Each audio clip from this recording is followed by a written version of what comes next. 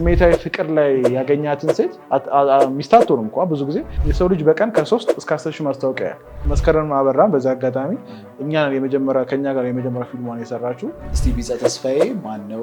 ተወልጄ ያደኩት ድሬዳዋ ነው። አንተም የድሬዳዋ ልጅ ነህ። በጣም አሪፍ። ስለ ሙቪው እናውራ። ማን ምናምን እንዳሉ እርግጠኛ ነኝ። ረዥም ጊዜን የማጠፋው ፊልም በማየት ነበር።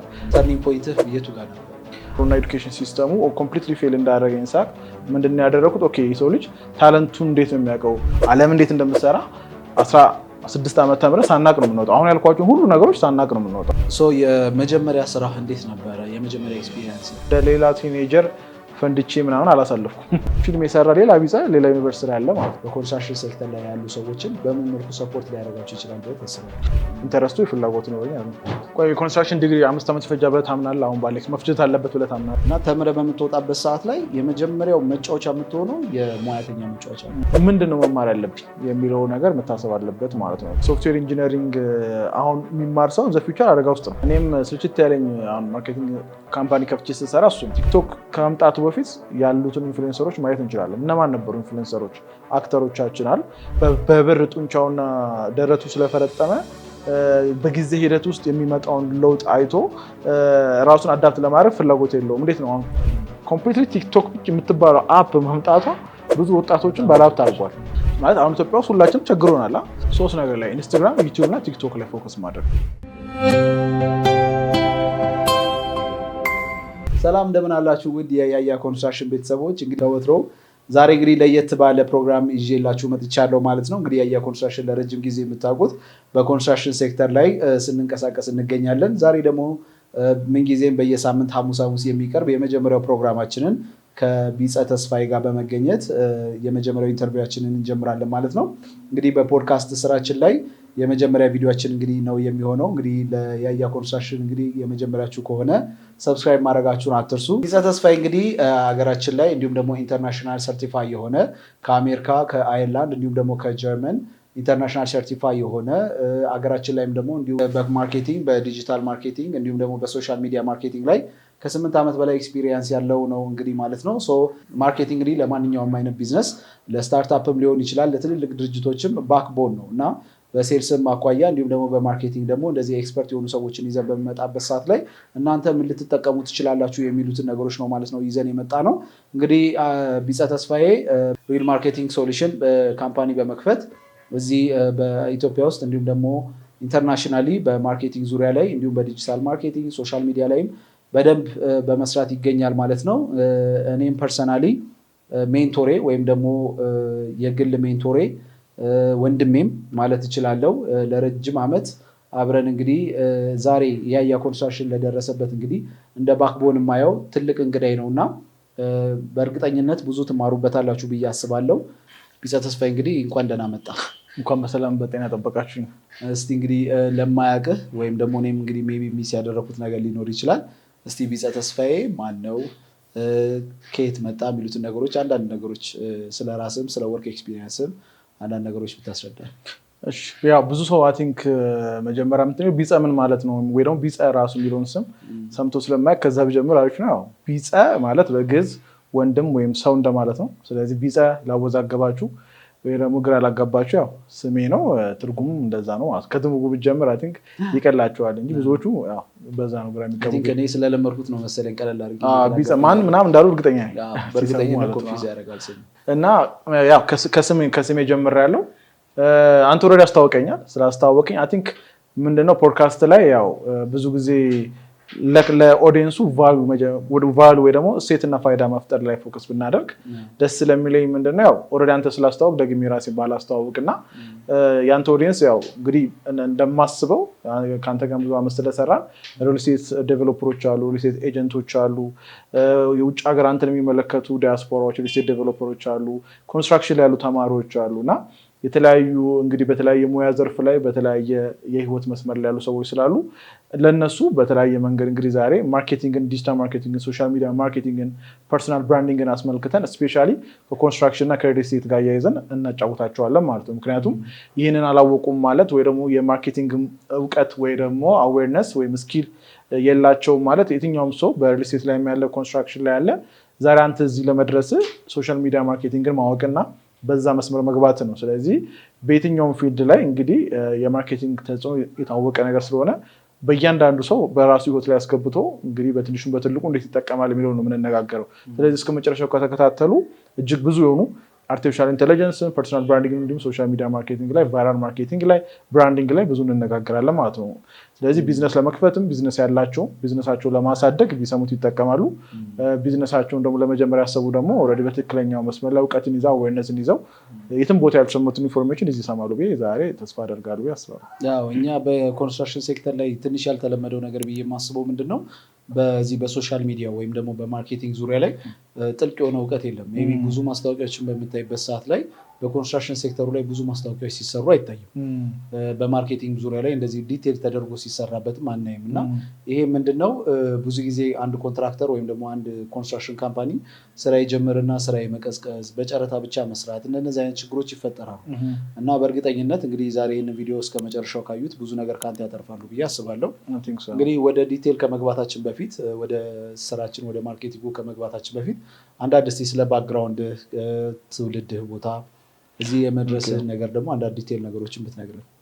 እሱ ሎንግ ስቶሪ ነው ግን አጠር ሳደርገው ምንድነው ያው ተወልጄ ያደግኩት ድሬዳዋ ነው። አንተም የድሬዳዋ ልጅ ነህ። ስለዚህ ተወልጄ ያደግኩት ድሬዳዋ ነው። የተማርኩት ምስራተ ገብርኤል ነው። ጥሩ ተማሪ ነበርኩኝ። ግን ያው አይ ቲንክ አንደኛው ማነሳው ሀሳብ በራሴም ሶሻል ሚዲያ ቻናሎች ላይም ከዚህ በኋላ ማነሳው የማስበው የኤዱኬሽን ሲስተሙ ያው ፌል አድርጎኛል። ያው ፌል ያደረገኝ ምንድነው ያው ምን እንደምፈልግ ምን መስራት እንዳለብኝ ታለንቴ ምን እንደሆነ ዓለም ወዴት እየሄደች ነው የሚለውን በትክክል ካለመረዳት ያው የማልፈልገው ፊልድ ውስጥ ገብቼ ላይክ ብዙ አመት ብዙ መከራዎችን አሳልፌያለሁ ዩኒቨርሲቲ። ስለዚህ ዩኒቨርሲቲ በፐብሊክ ሄልዝ ነበር የገባሁት። 3 እስከ 4ኛ ዓመት ድረስ ተምሬ ፊልም ለመስራት ሁሉ አቋርጫለሁ። ከዛ በኋላ ማርኬቲንግ እና ሴልስ ላይ እንግዲህ ለመግባት ብዙ የህይወት መስመር ላይ አልፌያለሁ። ግን ተወልጄ ያደግኩት ድሬዳዋ ነው። ያው ዝግዛግ የሆነ ህይወት ነው የመጣሁት። ግን ባክግራውንድ የማውቅ የፈለገ ይሄ ነው። ያው ሌሎቹን ዲቴል ካነሳናቸው እንጫወታለን። በጣም አሪፍ። ስለ ሙቪው እናወራ። እንዳልከውም ደግሞ የተማርከው በሄልዝ ኦፊሰርነት ነው እና ኮምፕሊትሊ ዲፍረንት የሆነ ፊልድ ነው የመረጥከው። ኮምፕሊትሊ ዲፍረንት ኢን ሴንስ እየተማርክ የነበረው በሄልዝ ተምረህ ከነገና ደግሞ ግራጁዌት አድርገህ ደግሞ በመሀል ሙቪ ሰርተን ነበረ። ያው ይህን ሙቪ ማለት ያው አንድ ላይ የሰራ ነው ሙቪ ስለሆነ ነው። ይህም ፊልም እንግዲህ ሜይ ቢ የሚቻል ከሆነ ትሬለሩን እናስገባላችኋለን። ፊልሙን ሲመት የተሰኘ ፊልም አብረን ሰርተን ነበረ። እንግዲህ እኔም ወደ ከኮንስትራክሽን ዓለም ውስጥ ከመቀላቀሌ በፊት ኮንስትራክሽን እየተማርኩኝ በነበረ ሰዓት ቢጸ ተስፋዬን ዲቴል አብረን የምንሰራበት የነበረው ፊልም ምንድነው እሱም በረዳት ዳይሬክተርነት እኔም በሜን ካራክተርነት ሲመት የተሰኘው ፊልም ሰርተን ነበረ። የሚቻል ከሆነ እንግዲህ ሜይ ቢ ማስታወቂያውን እናስገባላችኋለን። የተወሰነ ስኒፕ ቢያዩት አሪፍ ነው። እንግዲህ መድኃኒት ተጠጣ ወንድም ለወንድሙ እንደ ሰላማታ የልፋቴን ዋጋ ፍሬውን ቀመስኩ። ሰማለህ ልጅ የምነግርህን ልብ ብለህ ስማኝ። ንግስናን በደም ስላገኙ ብቻ ቀላል አድርጎ ማየት አያወላዳ። ስለዚህ ንግስናዬን የማወርሰው በዕድሜ ሳይሆን በጀግንነት ልክ ነው። 3ቱን ሽፍቶቹን ይዞ ላሳየኝ ጀግና አልጋዬን በቁሜ ሰጠዋለሁ። ተነስ! ሃይ! ተነስ በለው! ሃይ!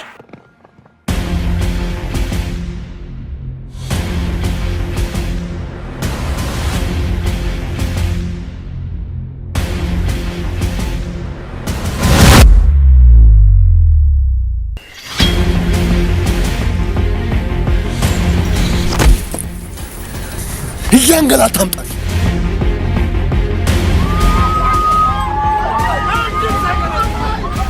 ይሄ ሁሉ ልፍለፋ ሳባ ትፈራለች ብለህ ከሆነ በጣም ተሳስተሃል። ልኮራበት ጀግና ባል ነበር ነበር ለአንተና ለመሰሎች ፍርሃት ሆኖ ይኖራል።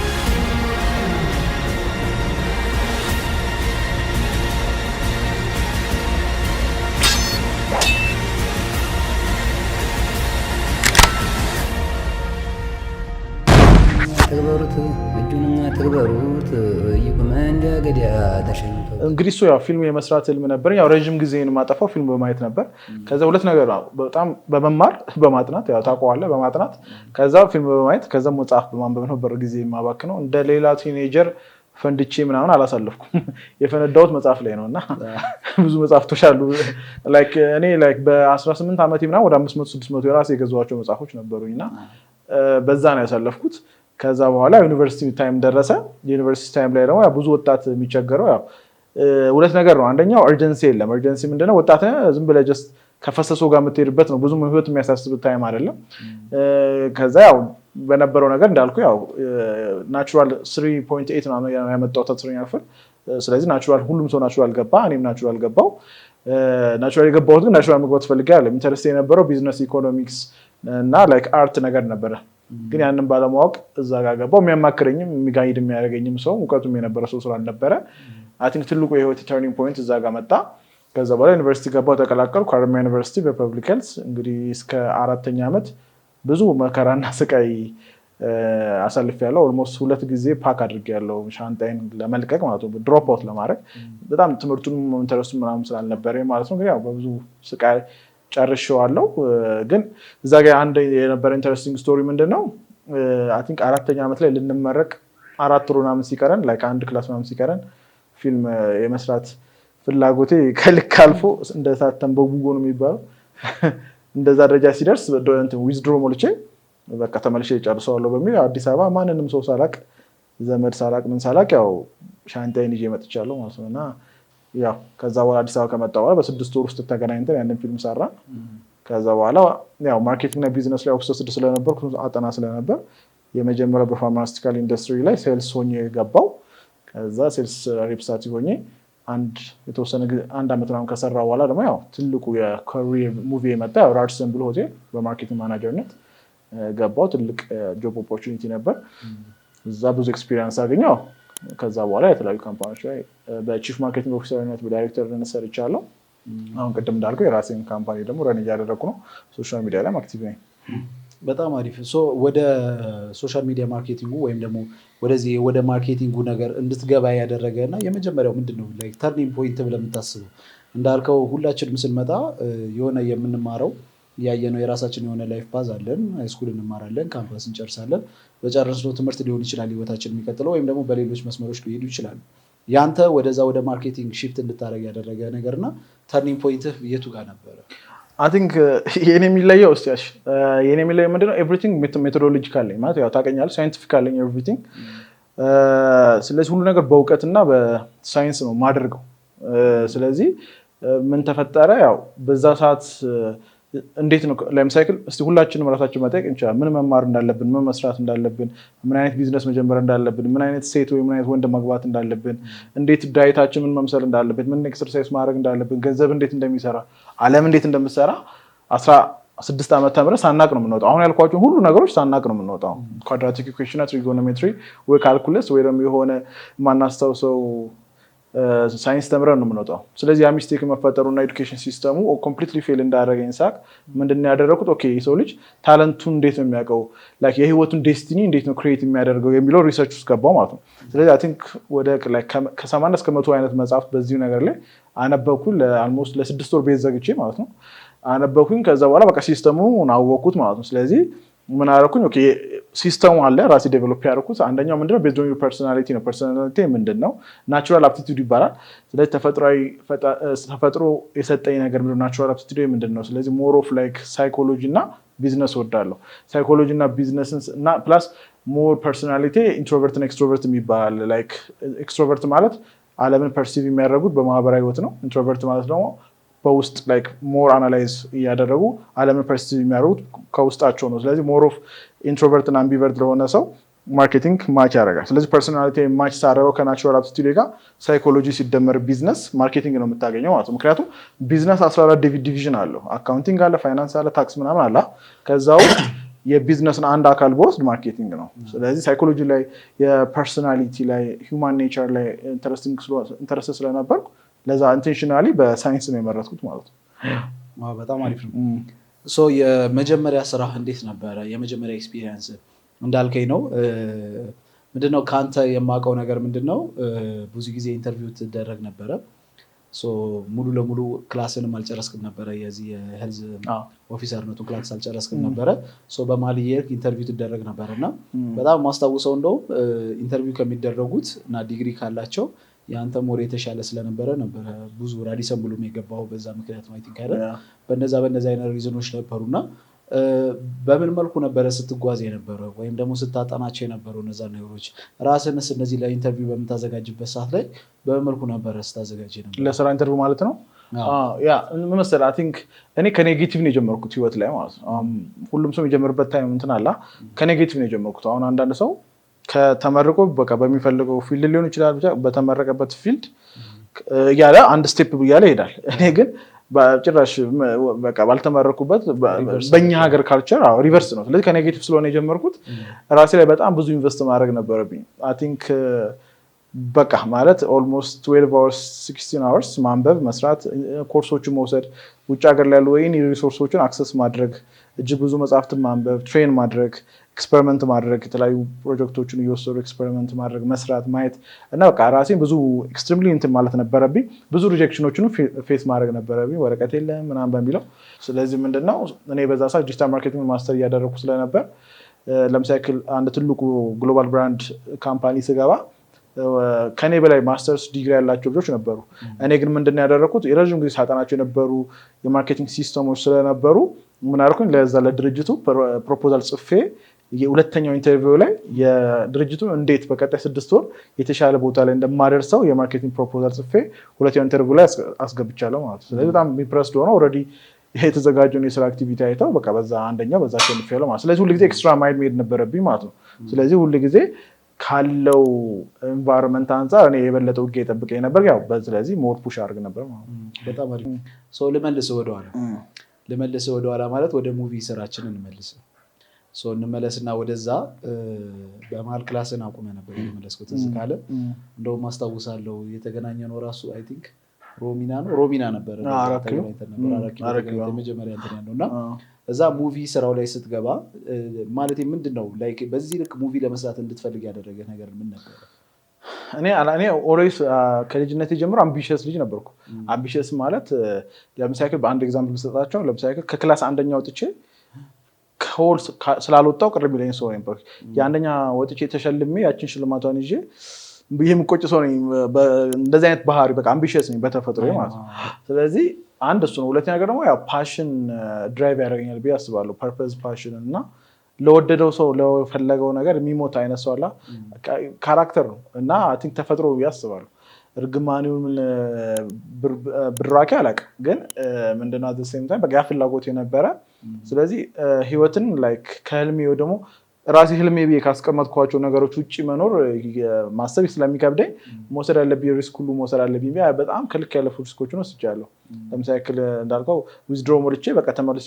ክላሱን ጨርሻለሁ ብዬ ተመልሼ ስመጣ አዲስ አበባ ስመጣ ላይክ ማንንም ሰው አላውቅም ዘመድ አለ ግን ያው ራስን ችዬ ነው የመጣሁት ከዛ በኋላ እዚህ መጥቼ ቤት መከራየት አለብህ ገቢ የለክም ዲግሪ የለክም ስለዚህ የሆነች ከዚህ ቢሮ በጣም የሚያንስ ትንሽ የቤት ውስጥ ነው ገብቼ ማዘር ነበር ያመጣችኝ 3 ቀን አደረች እሷ ሄደች ስለዚህ እዛ ቤት ውስጥ ነው ያለሁት ምግብ ወጪ አለ የኪራይ ወጪ አለ ብዙ ማቆሰው የለም ስለዚህ have to figure out እንግዲህ ብዬ ፊልም መስራት ነበር እና ስለዚህ የመጀመሪያ ያሰብኩት የነበረው ፊልም ስኩል መግባት ነው የሆነ ትምህርት ቤት ገባው አንድ one month ምናምን እንደተማርኩኝ እበልጣቸዋለሁ ጉራዬ መስልልኝ ብዙ አውቃለሁ እና ኦልሬዲ ሲኒማቶግራፊ ዳይሬክቲንግ ስክሪፕት ራይቲንግ ላለፉት ከመምጣቴ በፊት for 1 year ብዙ አጥንቻለሁ ብዙ እንትን ብያለሁ ብዙ ኢንቨስት አድርጌያለሁ ስለዚህ ገና በቃ ቢጊነር ሲሆኑብኝ አሁን መማር ሳይሆን መስራት ነው ያለብኝ ብዬ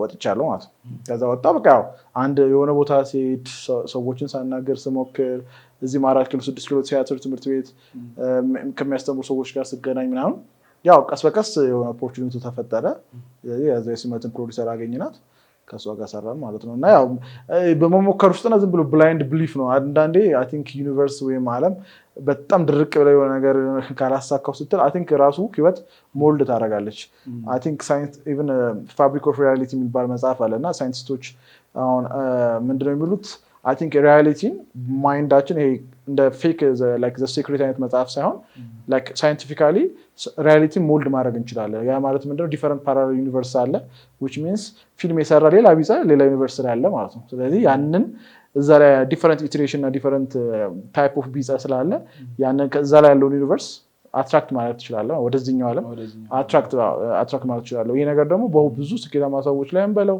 በብዙ ሰው ኖርማል ሰዎች ህይወቶች ላይ አለ። የሆነ ነገር ፎከስ ስታደርገው ወደ አንተ ይመጣልና ያው መጥቷል ማለት ነው። በጊዜ ግቡ በሚለው መሪ ቃል መጓዛችን የስኬታችን ምንጭ ነው። የዛሬን ብቻ ሳይሆን የወደፊቱን ፍላጎቶን መረዳታችን ልዩነታችን ነው። በከተማችን ተወዳጅ ሰፈር ሳር ቤት ቫቲካን ኤምባሲ ጎን የሚገኘው ሳይታችን ላይ ዘመናዊ አፓርትመንቶችን እና ሱቆችን ሽያጭ ጀምረናል። የከተማው ግዙፍ ጂምናዚየምና የህፃናት መጫወቻ ከሀገርኛ እስከ ኤዥያ ምግቦች በአማራጭነት የሚያገኙበት ፉድ ኮርትም የዚሁ ሳይት አካል ነው። ከባለ አንድ መኝታ ጀምሮ የአፓርትመንት አማራጮች አሉን። ለአጭር ጊዜ በሚቆየው የማስታወቂያ ዋጋ ከ350,000 ብር ቅድመ ክፍያ ጀምሮ በሳር ቤት የሱቅ ባለቤት መሆን ይችላሉ። ጀምቦሮ ሪል ስቴት በጊዜ ግቡ። በጣም አልፊ የሆነ ፊልም ነበር ያሳለፈው። አይ ቲንክ በጣም አድቬንቸር ነበር የሰራነው ፊልም። አይ ቲንክ በጣም ማለት ኢትዮጵያ ውስጥ እስካሁን ድረስ ከተሰሩ ጥቂት ፊልሞች ውስጥ አይ ቲንክ መሀል ነው ብዬ አስባለሁ።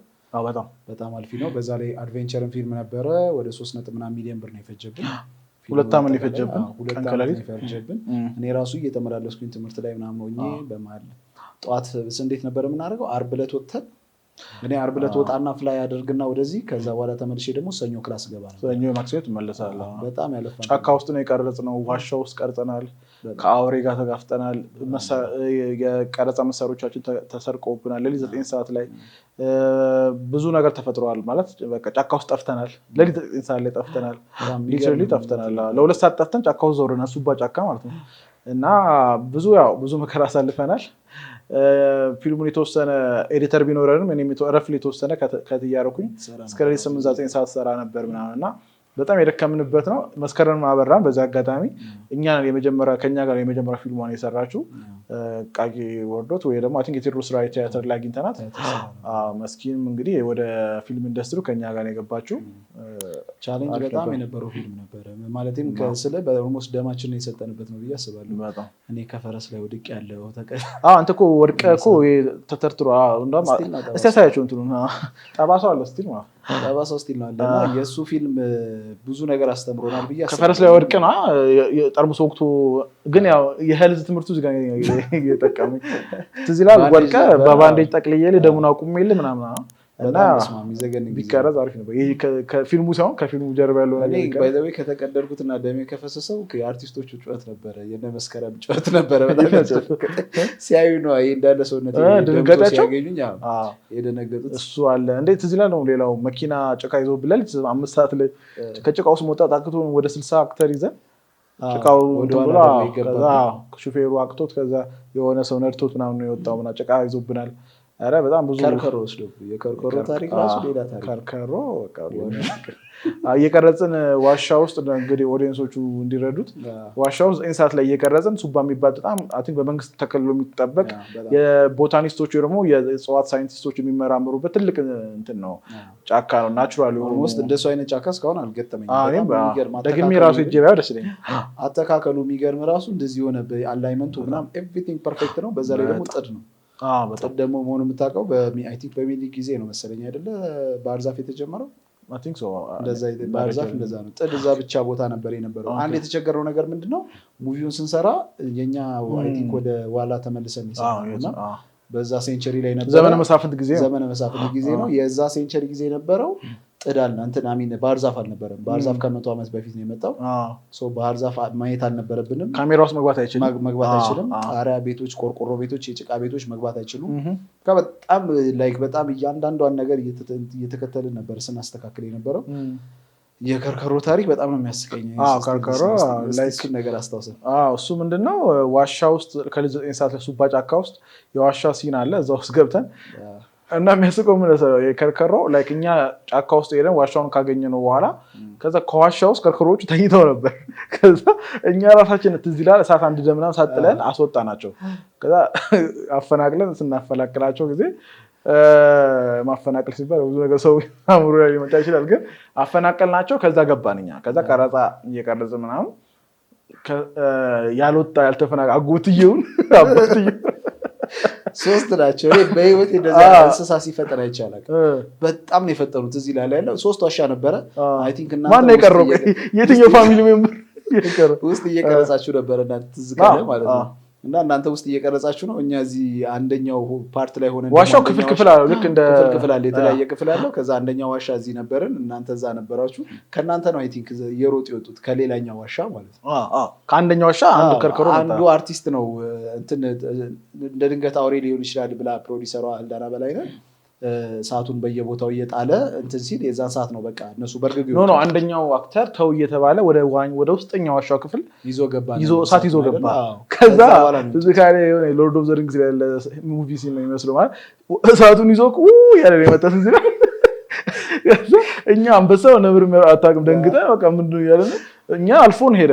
ከዛ በጣም ነው እየሮጠ ሄደው ከርከሮም ደግሞ እሱን ተከትሎ መታው እንጂ እኮ ልክ እኛን አልፎ ሲወጣ ከርከረው እኛ መሀል መጣና አክተሩን አንደኛው ወደ ላይ ሰማይ አንስቶ ጣለው። ከዛ እኛም ውለን ወደቅን፣ ሁላችንም ተፈነጋገልን። እኔ በዚህ ሰውነቴ ምን የምታህል ፖል ላይ እንደዚህ እንጨት ላይ አንተ የሆነ ጣራ ላይ ነው ከፈጠርጥኝ ነበረ ነገር። ከዛ በኋላ ስወርድ ደግሞ ሌላ ተጠርተህ እኮ ይወርድ ጌታል ያሪ ነው ስወርድ ደግሞ ሌላ እንስሳ ደግሞ መጣ ተብሎ ሌላ ፓኒክ እንደገና ደግሞ ህዝብ እንዳለ ነበር ሲበጠበጥ። ሁለተኛ ከርከሮ ከሌሊቱ 9 ሰዓት መሆኑ መቼም አይረሳኝም። በዛ እኔ አንድ የፊልም አክተሮች በጣም ላደንቃቸው የሚገባው ነገር ነው ታውቃለህ። በዛ ጭንቀት ውስጥ ሆነ በዛ በሌሊት በዛ በጨለማ ደከመ ሰለቸን ሳይሉ ፊልሙ ተሰርቶ ይወጣል እና በጣም የሚገርመኝ ማለት በዛ ልክ ፓሽን የነበረው ሌላ ቦታ ላይ የትም አታገኝም። በዚያም የቴዎድሮስ ራዕይ ቲሞችን ማመስገን እንፈልጋለን። እነ መስኪ ሁሉም እዛ ጋር የነበሩ አክተሮች እንዳልክ ፕሮዲሰሯን ጨምሮ ትልቅ ቲም ነበር። ብቻ ደስ የሚል ቲም ነበር እና ቆንጆ ሜሞሪ ነበር። ብዙ ነገር ተምረንበታል ብዬ አስባለሁ። የፊልሙን እይታ ከዳይሬክቲንጉ ጋር አብረ እየሰራ ነበር እና ለምንድነው ልትቀጥልበት ያልቻልክበት ነገር ምንድነው ሀፕን ያደረገው? እንዴት ልበል ኤግዛምፕል የፈለኩ ነው። ምንድነው ያው ዶንት ፎሎ ዩር ፓሽን የሚል ፕሪንሲፕል አለኛው። ምንድነው ፓሽን ልክ ፓሽን ሙሉ እንጀራ የምትበላበት ስራ ሲሆን ይደብርሃል። ስለዚህ ምንድነው መሆን ያለበት አስማቻስ ፖስብል በዛ ሰዓት በቃ ፓሽን የነበረ ሙቪ ግን ላይክ ፓሽን ሆኖ ሊቀጥል አልቻለም። ምክንያቱም የፊልም ኢንዱስትሪው እኛ ጋር እንደምታየው በቃ በጣም የሚያበረታታ ሲሆን ሞራል የሚገል ነገር ነው። ብዙ ፓሽን ያላቸው ወጣቶች ገብተው ሞራላቸው ተሰብሮ የወጡበት ነው። የሲኒማ ቤት ሲስተሙ ልትል ትችላለህ። ካልቸሩ ራሱ እንደ ኮሚኒቲ ፊልም ኢንዱስትሪ ውስጥ ያለው ካልቸር ስፔሻሊ በጉጉትን በሞራል ለመስራት የሚመጣ ወጣትን ሞራል የሚሰብርና የሚያበላሽ ነው። ሞራል እንትን የሚል ነው። ሌላው ደግሞ ኢቨን እንደ ፕሮዲውሰር ደግሞ ገንዘብ ይዞ ለሚመጣም ሰው አደጋ ያለበት ነው። እዚህ ጋር ፕሮዲውስ ለማድረግ ያሰበ ሰው ካለ ተጠንቅቅ ለማለት ነው እና ግራና ቀኙን አይተህ የምትገባበት በጣም ዴንጀረስ የሆነ ኮሚኒቲ፣ ዴንጀረስ የሆኑ ሰዎች፣ ሞራል የሌላቸው ሰዎች፣ ስርዓተ ቢስ የሆኑ ሰዎችም በብዛት ያሉበት ነው። በተመሳሳይ ደግሞ ጨዋ ፕሮፌሽናል የሆኑ ሰዎች እንዳሉ ሆኖ ማለት ነው። ስለዚህ ብቻ በዛ በቃ ዲሞቲቬትድ ሆንኩኝ።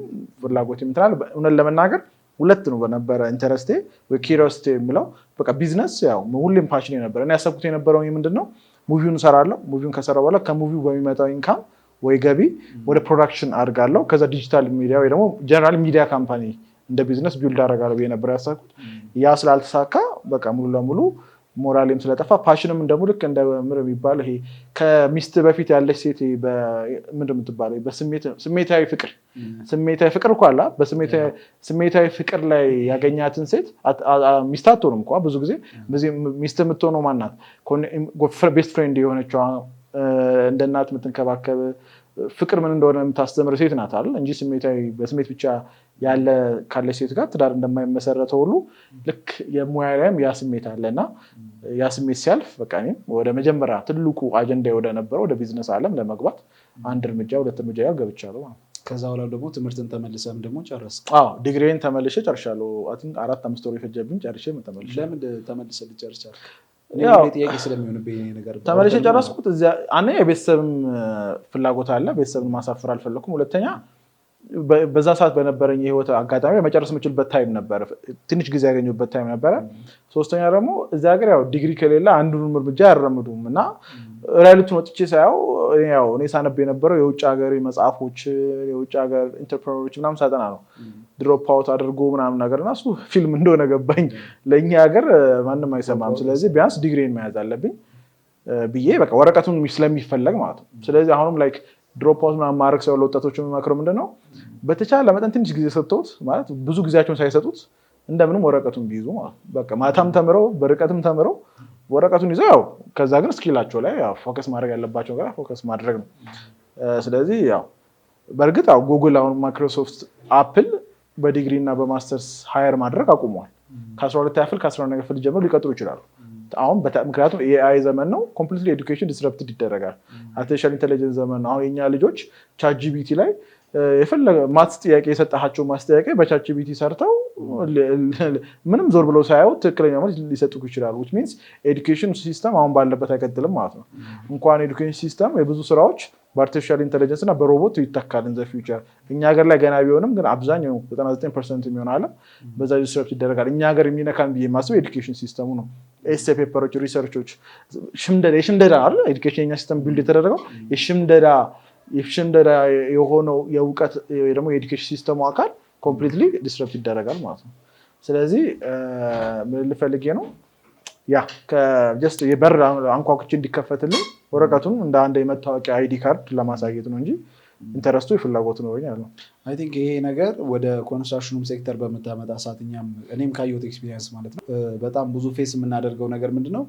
ዲግሪውን እንደ ባካፕ እንይዘዋለን እንዳልከውም ደግሞ ወደ ሽምደዳው ዓለሙ ላይ ደግሞ በደንብ ፎከስ ይደረጋል ኮንስትራክሽን ላይ ወይም ደግሞ በሲቪል ኢንጂነሪንግ በኢንጂነሪንግ ያው ጀስት ኤዱኬሽን ብለህ ሲስተሙን ስትዘረጋ ኢንጂነሪንግ ላይ በምታይበት ሰዓት ላይ ሞር አይተን የምንወጣው ቲዮሪውን ፓርት ነው እና ቲዮሪውን ፓርት አይተህ ወጥተህ ከዛ በኋላ ከእንደገና ደግሞ ተምረህ ከእንደገና ፕራክቲካሉን አይተህ ምናምን ነው እና ኤቭሪቲንግ ስትጀምር ተመርቀህ ስትወጣ ባይዘው ያያ ኮንስትራክሽን በዚህ አጋጣሚ እንድጀምር ያደረገኝ ነገር ቢኖር ይሄ ነው እና ተምረህ በምትወጣበት ሰዓት ላይ የመጀመሪያው መጫወቻ የምትሆነው የሙያተኛ መጫወቻ ነው የአናጺ መጫወቻ ነው የግንበኛ መጫወቻ ነው የሁሉም በቃ እዛ ጋር ሳይት ላይ ያሉትን እንዳለ በአንተ ነው የሚጫወቱት ስለማታውቁት ጀስት አሁን አንተ ፕራክቲካሊ ቲዮሪውን ነው ይዘህ የምትመጣው ፕራክቲካሊ ነገር ከሌለ እውቀቱ ከሌለ እሱ እዛ ጋር እንደሚበልጥ ምንም ጥርጥር የለም ስኳድራ የሚባል ነገር አሁን ጀስት ሲምፕል ነገር ስኳድራ ሜትር አያያዝ እና ኤቭሪቲንግ የማታውቅ ከሆነ ምክንያቱም ቲዮሪውን ነው ሸምድደን የምንወጣው በኢንጂነሪንግ ላይ በጣም ትልቁ የምንጎዳበት ነገር ነው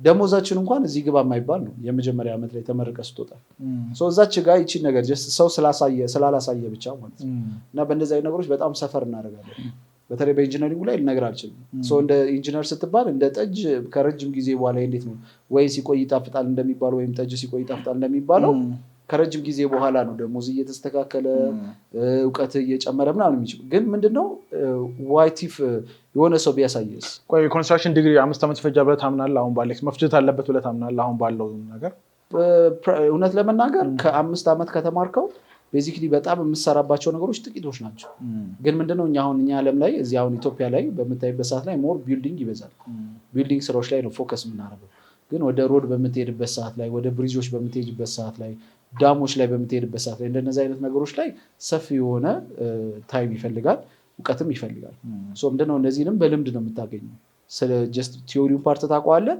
ፕራክቲሱ ግን ከሌለ ምንም ማድረግ አይችልም የሀገራችንም ብዙ ፕሮጀክቶች የሚሰሩት በነጮች የሚሆንበት ሪዝን ለዛ ነው ማኔጅመንቱ ራሱን የቻለ በጣም ከባድ ስለሆነ እኔ እንደውም ብዙ እንደዚህ ሽሩሩ ባንለው ደስ ይለኛል በቃ ኤዱኬሽን ሲስተም ኮምፕሊትሊ ፌል ያደረገ ሲስተም ነው ወጣቶች በእውነተኛው ዓለም ላይ ወጥተው የሚጠቀሙበት ምንም አይነት ስኪል አይማ ሶሻል ስኪል አትማርም ኔጎሺዬሽን አትማርም ሴልስ አትማርም ብራንዲንግ አትማርም ፐርሱዌሽን አትማርም ኮሚኒኬሽን ስኪል አትማርም ፐብሊክ ስፒኪንግ አትማርም እኔ እንደዚህ ዛሬ ኮሚኒኬት የማደርገው ትሩ ፕራክቲስ ነው አሁን ላይክ እኔ አሁን ጥሩ ተናጋሪ ነኝ ብዬ አስባለሁ ላይክ ይሄንን ግን በፕራክቲስ ስኪሎች ትምህርት አላስተማረኝም እንዳለ በህይወቴ ውስጥ በጣም ቫልዩ ማደርጋቸው የቢዝነስ ስኪሎች ከሴልስ ቢዝነስ ዴቨሎፕመንት ፕሮዳክት ዴቨሎፕመንት ኤቭሪቲንግ ቢዝነስ ላይ ያሉ ኢቨን የቢዝነስ ፖለቲክስን ጨምሮ እንዲሁም ማይንድ ማኒፑሌሽን ብዙ ነገር አለ ማይንድ ሴት አለ እና ብዙ እነዚህ ነገሮች ኤዱኬሽን ሲስተም ውስጥ የሉም ስለዚህ አንደኛው ማነሳው ነገር እዚህ ጋር ምንድነው ፓረንቶች ካሉ ትምህርታቸውን ይማሩ ያው ጀስት የሆነ ሰዓት ሰጥቶት ማለት ግን as much as possible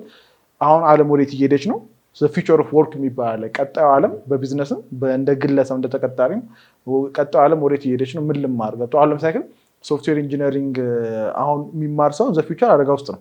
ምክንያቱም ሶፍትዌር ኢንጂነሪንግ አንሌስ ዩ አር 1% ቶፕ ሲኒየር ወይ ደግሞ ቶፕ ዘ ቤስ ካልሆንክ ሚድ ሌቭል ጀምሮ ወይ ደግሞ በቃ ኢቨን ሲኒየር ሆኖ ራሱ ስኪል ሌቭል በጣም ሎው ከሆነ ሙሉ ለሙሉ አውቶሜት ይደረጋል በኤአይ ማለት ነው። ስለዚህ ምንድን ነው መማር ያለብኝ የሚለው ነገር መታሰብ አለበት ማለት ነው። ምክንያቱም አሁንም ልክ እንደናንተ ኮንስትራክሽን ተምሮ የሚወጣ ከሆነ ዘ ኔክስት 5 years ኮንስትራክሽንን በመመልኩ ነው መማር ያለ ከተማረም በመመልኩ ነው። ምክንያቱም በተለመደው መልክ ሪል ስቴት ላይ ያሉት ፕሮጀክቶች በጣም ትንሽ ሆነው 10,000 እና 20,000 ወይም 2,000 3,000 ኮንስትራክሽን ተማሪ ሲቪል ኢንጂነር ቢወጣ ሲቪል ኢንጂነሩ ስራ አጥ የሚሆነው ለዛ ነው። ስለዚህ እኛ የዛሬ 20 ዓመት የኮንስትራክሽን ፊሎሶፊ ይዘን ከተቀመጥን ተቀርመናል ማለት ነው።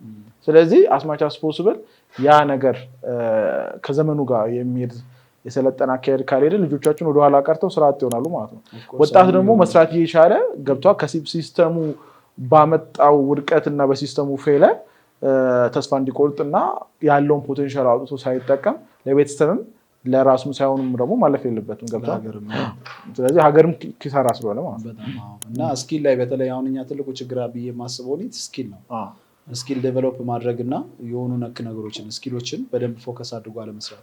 በተለይ መማሩ እኮ እንደ ባካፕ ነው ማለት እኔ ዲግሪዬን እንደ ባካፕ እጠቀምበታለሁ። እኔ አሁን በኮንስትራክሽን ሴክተር ላይ እየሰራሁበት ስለሆነ ግዴታ ያስፈልገኛል። ዲግሪ መኖሩ አይከፋም።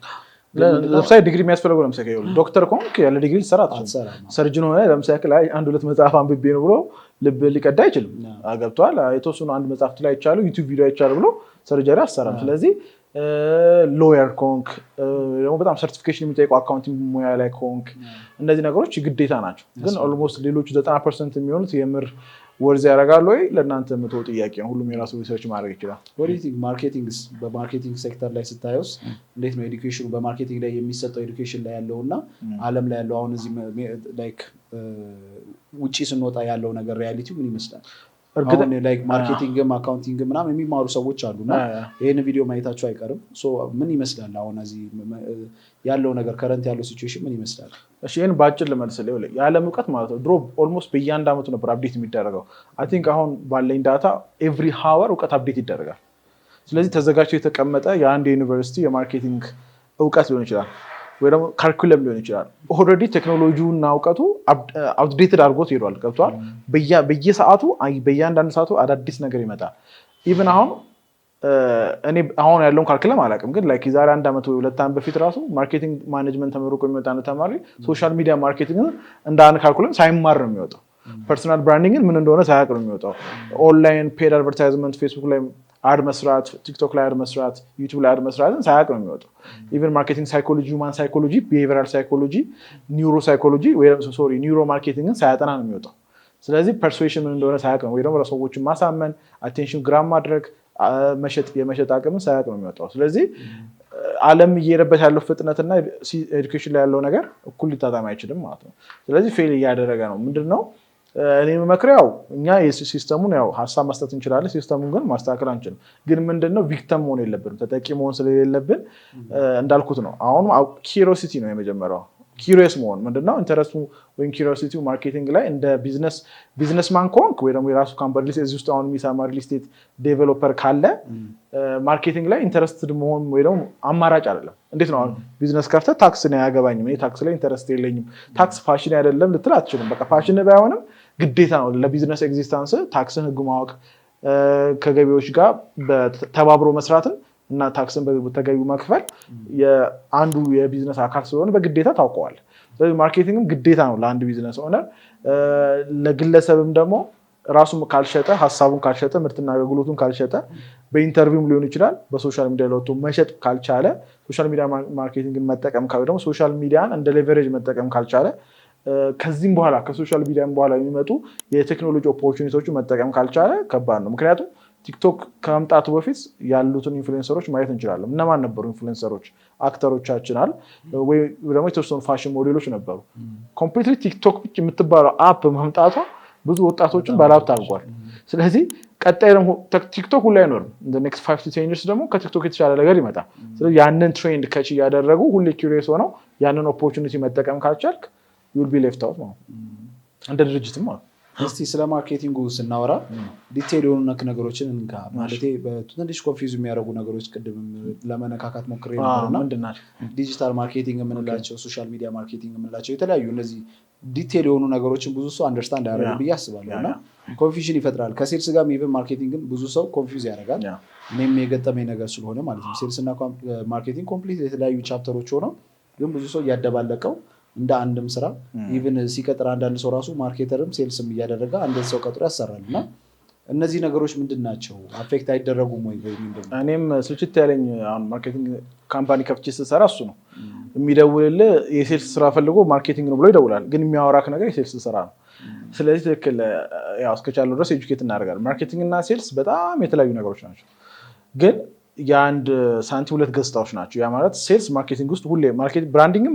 ሴልስም ማርኬቲንግ ውስጥ ነው የሚገባው ማርኬቲንግ እንደ እናት ልታዩት ይችላል ግን ምን ማለት ነው ግን ጀነራል እና ፕራክቲካል ዴፊኒሽኑን ስናየው መሬት ላይ አውርደን ማለት አሁን ሪል ስቴቶች ላይ የማየው ጋፕ ይሄ ነው ሴልሷ ሪል ስቴት ዴቨሎፐር ሴልሷን እንደ ማርኬተርም እንደ ብራንዲንግ ሰራተኛ እንደ ሻጭም አድርጎ ይልካታል ስለዚህ ብላ ፕሮዳክቱን ከማስተዋወቅ ትጀምራለች ማለት ነው የካምፓኒውን ስም ከመገንባት ትጀምራለች ማለት ነው አቴንሽን ግራብ ከማድረግ ስለዚህ ማርኬቲንግ ምንድነው it's like one to many ነው ምን ማለት ነው ማስ ሳይኮሎጂ ተጠቅመ አቴንሽን ግራብ አድርገ ከስተመሮችን ስላንተ ብራንድ ትረስት እንዲኖራቸውና አዌርነስ እንዲኖራቸው ሚዲያ ቻናሎችን ተጠቅመ ኤጁኬት የምታደርግበት አዌርነስ ክሬት የምታደርግበት ነው ፕሮስፔክቶችን የምታስተምርበት ነው አሁን ስፔሻሊ አሁን ባለንበት ዘመን ኤዱኬሽን ማርኬቲንግ ነው ያለንበት ዘመን ማለት ስለዚህ ቴክኖሎጂን እና ሚዲያን ተጠቅመ የከስተመር አቴንሽንን ከሌሎች ኮምፒቲሽን አንጻር ሚዲያ ወይ ደግሞ ፕሮዳክሽን ቪዲዮ ልትጠቀም ትችላለህ ቴክስት ልትጠቀም ትችላለህ ኢሜጅ ልትጠቀም ትችላለህ አቴንሽን ግራብ አድርገህ ያንን ያገኘውን አቴንሽን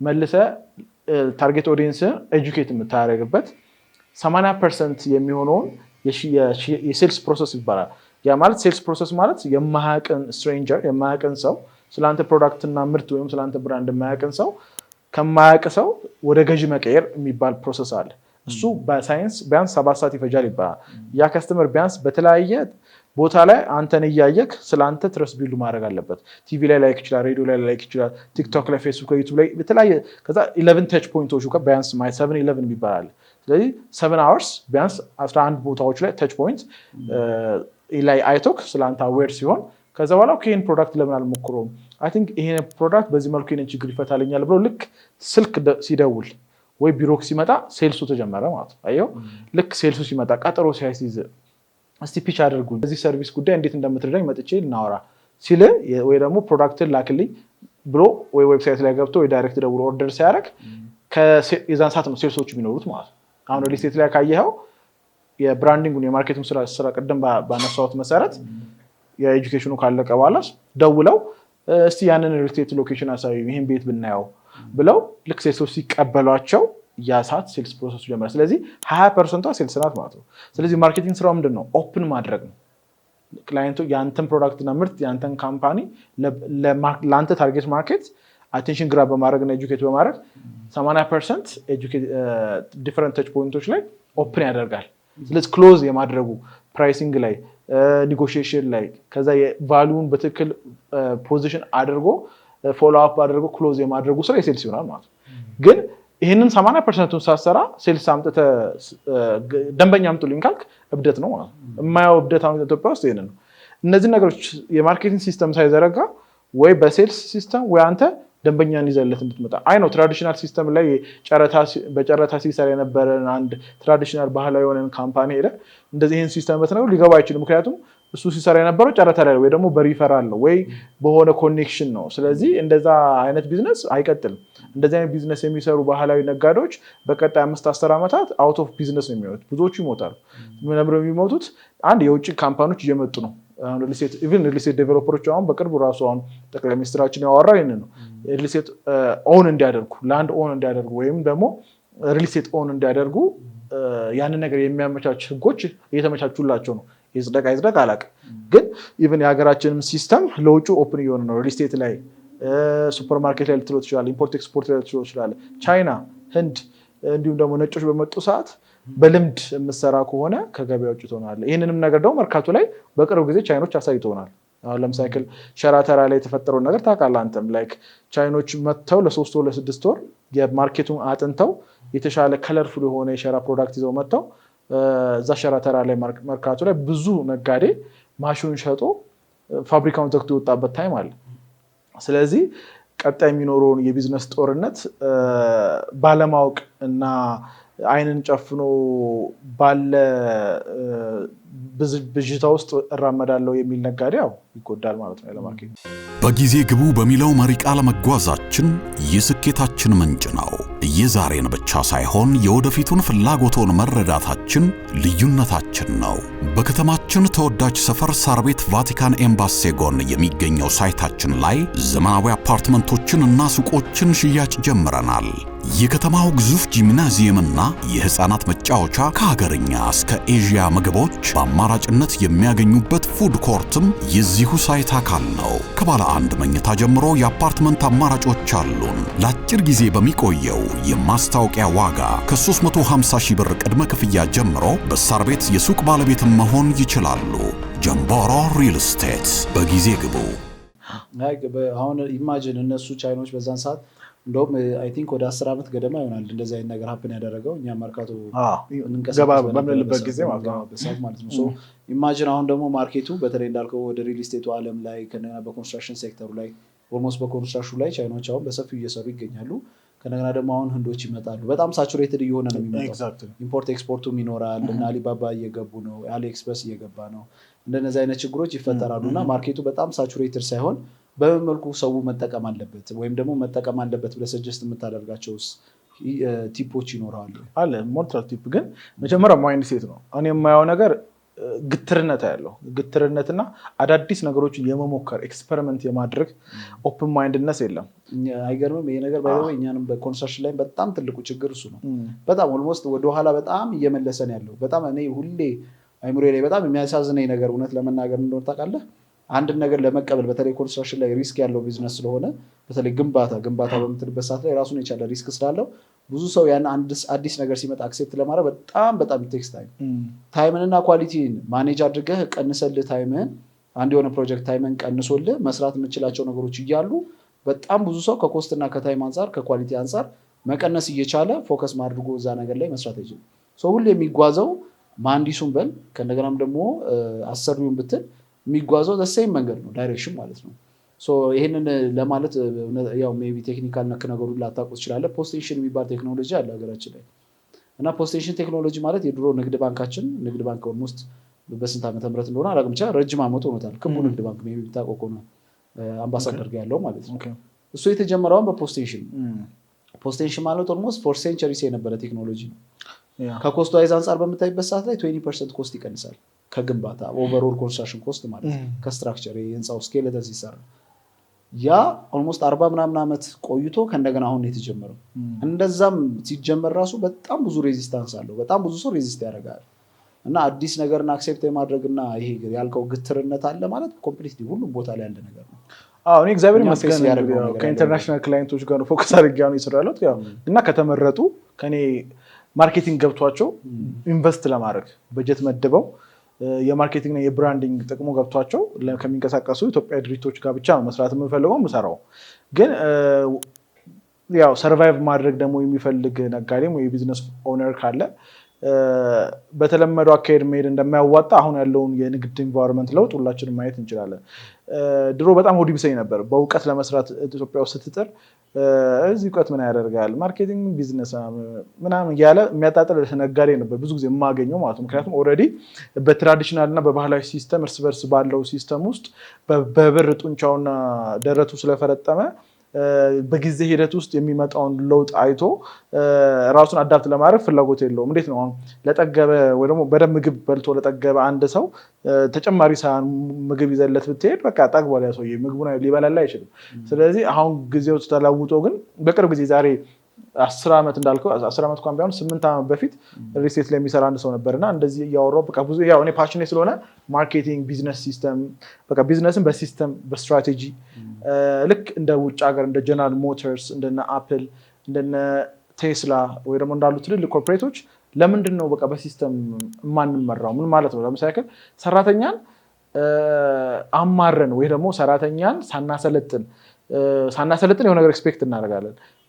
ወይ ሰራተኛን በሲስተም ለምሳሌ ፕሮሞሽናል ላደር አዘጋጅተንለት ሳንመራው ወይ ሰራተኛ እንደፈለገ ይገባል ይወጣል ገቢዎቻችንን አናቅም ቀጣይ ፕሮዳክት ላይ የለን ወይ ደግሞ ቀጣይ መንሰራቸው መንሸጣቸው የተለያዩ ምርትና አገልግሎቶች የሉንም ካምፓኒው ላይ ያሉ ሰዎች እንዴት ነው ኢንተግሬት አድርገን መሄድ የምንችለው የለም ካምፓኒውን ለምሳሌ ከኛ ላይ ተከሻ ላይ ለማ ብዙ አሁን ኢትዮጵያ ውስጥ ያለ ነጋዴ ምንድነው ተከሻው ላይ ተሸክሞ ነው ድርጅቱን የሚሄደው which means ያለሱ ምንም ፈቃድ የሚሆን ነገር የለም ስልኩ ሊደወለታል በስልክ ቢዚ መሆኑን እንደ ስታተስ ወይ ደግሞ እንደ ትልቅነት ሊያየው ይችላል ስለዚህ ይሄ ሁሉ ኋላቀርነት ዓለም እስከመቼ ነው ጥዳን የምትሄደው የሚል ጥያቄ ነበር ግን ያኔ ነገር ሳወራው የማይሰማው የሪል ስቴት ዴቨሎፐር ዛሬ አይ ቲንክ የዛሬ 2 ወር አንድ ወር በፊት ደውሎልኝ ላይክ እስከ ዛሬ ስትላቸው የነበሩ ነገሮች አሁን በትክክል በኔ ስራ ላይ እየመጡ ነውና የዛን ጊዜም ስላሳወቀኝ ታንኪዩ አሁን እንደዚህ ስራዎች ልሰራ አስቤያለሁ ብሎ ኮንሰልት አድርጌዋለሁ ትልቅ ኦልሞስት 2-3 ቢሊዮን አውጥቶ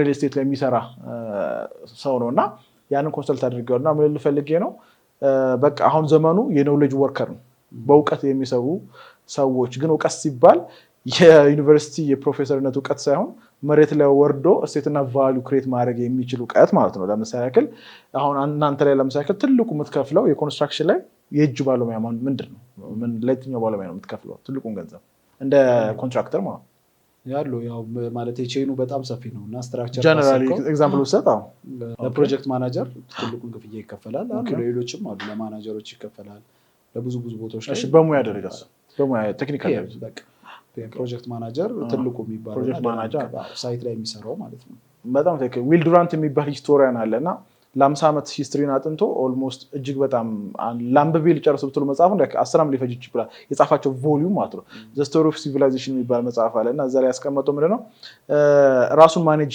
የሚያደርግ ሰው የተወሰነ ገንዘብ ይሰራል ሰዎችን ማኔጅ የሚያደርግ ሰው ደግሞ የተሻለ ገንዘብ ይሰራል ከዛ ደግሞ ያው ገንዘብን ማኔጅ የሚያደርግ ሰው ደግሞ የተሻለ ገንዘብ ይሰራል ብሎ አስቀምጦታል እና ምንድነው ስለዚህ አን ፕሮጀክት ማኔጅመንት ስራውን ማኔጅ ያደርጋል ሰዎችን ማኔጅ ያደርጋል ስለዚህ የተሻለ ገንዘብ ይሰራል ማለት ነው ዝም ብለው ዝቅም ስትል ሴራሚክ ባለሙያ አለ ልስን የሚሰራው አለ ገብቷል ስለዚህ ቫሉ ያለው ዳይሬክትሊ ገንዘብ ጋር ያለው እሱ ነው ስለ አሁን አንተ እኔ ተመርቄ 5 ዓመት ወረቀትና ሃንዳውት ሳነብ ቆይቼ አንተ ጋር በመጣ የመጀመሪያ ዓመት ተመርቄ እኔን ነው ቫሉ የሚሰጠኝ ወይስ 2 ዓመት ልስን ስራ ከጎበዝ ልስን ሰራተኛ ጋር ወይ ከሰራሚክ ሰራተኛ ስር ቁጭ ብሎ የተማረውን ቆንጆ የሰራሚክ ስራ የሚሰራልን ሰው ልትከፍል የምትችለው ምንም ግልጽ ነው ያንን ነው ባለሙያው ነው የምትከፍለው ስለዚህ ኖሌጅ ወርከር ስንባል ፕራክቲካሊ ማርኬቱ ላይ እሴትና ፋይዳ መፍጠር የሚችል ሰው ነው ዘ ፊውቸር ማለት ነው ዘ ፊውቸር ኦፍ ወርክ ማለት ነው ስፔሻሊ ደግሞ አሁን በአርቲፊሻል ኢንተለጀንስ እና በሮቦት ዘመን ማለት ነው ስለዚህ ያ ሁላችንም ካለቀን ያው አማራሪ ሆነን እንቀራለን ማለት ነው ቪክቲም እንሆናለን ቢያስባሉ እና አሁን የማየው ነገር እሱ እና ብዙም አሁን አንድ ቲክቶክ ቪዲዮ አሁን ቀርጻለሁ እንደውም ካንተ በኋላ ዛሬ ነገ ከነገ ወዲያ ቀርጻለሁ ያዘጋጀሁትን ዛሬ አንተ ቶፒክ ላይ አላንሳው ኢትዮጵያ ውስጥ የማየው ጋፕ የእውቀት ጋፕ አለ ሲባል ሀምብሎኝ ነው የእውቀት ጋፕ አለ ብለው የእውቀት ጋፕ ምንድነው የተፈጠረበት ምክንያት ላንሳ አንደኛው የተፈጠረበት ምክንያት ምንድነው ኮንስትራክሽንን በሪል ስቴት ዴቨሎፐርን በሪል ስቴት ኤጀንትን በለው የኤዱኬሽን ሲስተማችን አንደኛው ፕራዮሪታይዝ ማድረግ አለበት ብዬ ወይ ደግሞ ሰውም እንደግለሰብ ፕራዮሪታይዝ አለበት ብዬ ማምነው እንግሊዘኛ ቋንቋ የመጀመሪያው ጭራሽ አሁን እኛ ሀገር የማየው የሌለ መመጻደቅ ልበለው ላይክ እንግሊዘኛ የሚያስተምሩ ትምህርት ቤቶችን አታክ ማድረግ ለእኔ ተገቢ አይደለም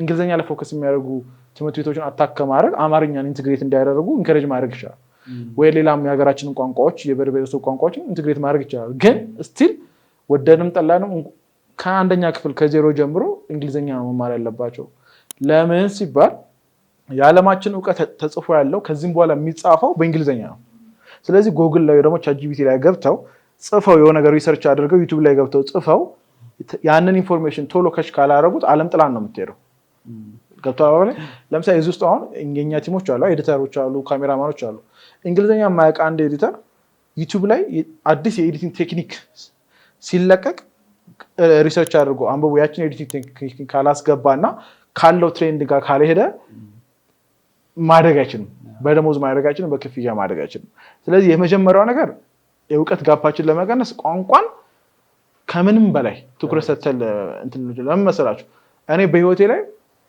ኮንፊደንስ የሰጠኝና እስከዛሬ ትልልቅ የሆኑ የህይወት ፈተናዎችን ያለፍኩት በእውቀት ነው በእውቀት ስል ምን ማለት ፈልጌ ነው ምንም ነገር መማር እችላለሁ ምንም ነገር ኢንፎርሜሽን አክሰስ ማድረግ እችላለሁ ያንን አለው ያደረገኝ እንግሊዝኛ ቋንቋ ማወቄ ነው እግዚአብሔር የተመሰገነ ይሁን ያው ትልቅ ብስራተ ገብርኤል ስለተማርኩና በራሴም ብዙ ኢንቨስት ስላደረኩ ጋሽ ሚልኮንም ካወቀ ሬራሶ ካለ ያው ጋሽ ሚልኮም አስተምሮኛል ለ2 ዓመት አንተ እኮ ነው አላስተማረም አስተምሮኛል እስኪ በቃ አትሊስት ጋሽ ሚልኮ ባያስተምረኝ ሜቢ ሬራሶ ካለ የሱ ልጅ ቴዲ ያስተምሮኛል ቴዲ ያስተምረዋል ኤግዛክትሊ ስለዚህ ቃታሊ ያስባል ይሄን የሚረዱት የድሪ ልጆች ናቸው ይገባቸዋል ቴዲ እና ጋሽ ሚልኮ ያው እግዚአብሔር ይስጥልን የሰባችሁ ይባርክልን እንላለን ስለዚህ ምንድነው ቋንቋ ላይ ስለዚህ የእውቀት ጋፕ ስለዚህ ኮንስትራክሽን ላይ ማለት ሪሰርች ላይ ማለት የትኛውም ሰው ራሱን ለዓለም እየሄደችበት ላለው እውቀት አክሰስ ክሬት ካላደረገ ምን ይፈጠራል ጋፕ ይፈጠራል ስለዚህ ያ ጋፕ ምን ይፈጥራል ሀገሪቷ እንዳታድግ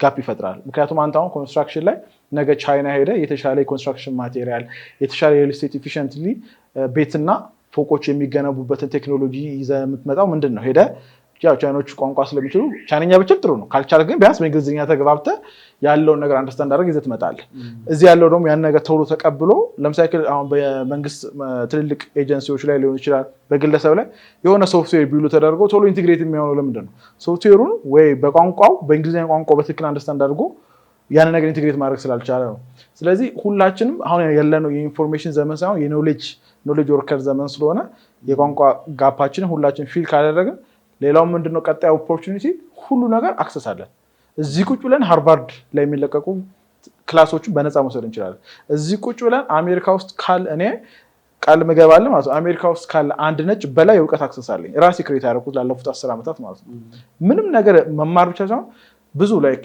$10,000 የሚያወጡ የእውቀቶችን በቻለ መጠን ያንን ያህል ገንዘብ ሳላወጣ አክሰስ ማድረግበትን ሲስተም ክሬት አድርጌያለሁ ስለዚህ ሁሉም ሰው አክሰስ አለ ገብቷል እዚህ ያለ አንድ ኮንትራክተር ቁጭ ብሎ ቻይና ምንድነው የሚሰራው ብሎ እንግሊዝ ምንድነው የሚሰራው ብሎ አክሰስ ማድረግ ይችላል ማለት ነው ስለዚህ ትልቁ ሶሉሽን በማስበው እሱ እኔ ባይ ዘ ዌይ እስካሁን ስለ ኤዱኬሽኑም ሲስተሙም እያወራ ነበርና ከኤዱኬሽን ብቻም ሳይሆን አንድ ማከል የምፈልገው ነገር ምን መሰለ ከኤዱኬሽን ብቻም ሳይሆን ፐርሰናሊ በሁላችንም ዘንድ ይሄ ስኪልን ለማዳበር ወይም ደግሞ አንዳንድ ነገሮችን ለማወቅና ጥሩ ለማግኘት ሌዚነስ በጣም አለብን እንደ አገር ነው ብለ እንደ ወጣትነት እኔ በጣም ብዙ ችግር ግን ተቸግረ ዳህ ሆነ ለምን ሌዚ ነው እሱ መልስ ብዙ መጠይቆ ማለት አሁን ኢትዮጵያ ውስጥ ሁላችንም ቸግሮናል እዚህ ጋር የቤት ኪራይ መክፈል ያቃተዋል ስራ ያጣል ገብቷል ቢዝነስ ኦነር ሆኖ በባንክ ዕዳ ተይዞበት ነፍሱ የተጨነቀ አለ ሁሉም ሰው ችግር ላይ ነው ያለው ሀብታም ብትለው የባንክ ዕዳ ያለው ነው ስለዚህ ኢትዮጵያ ውስጥ ሀብታም ይለው የተወሰነ ሀብታም ነው ያለው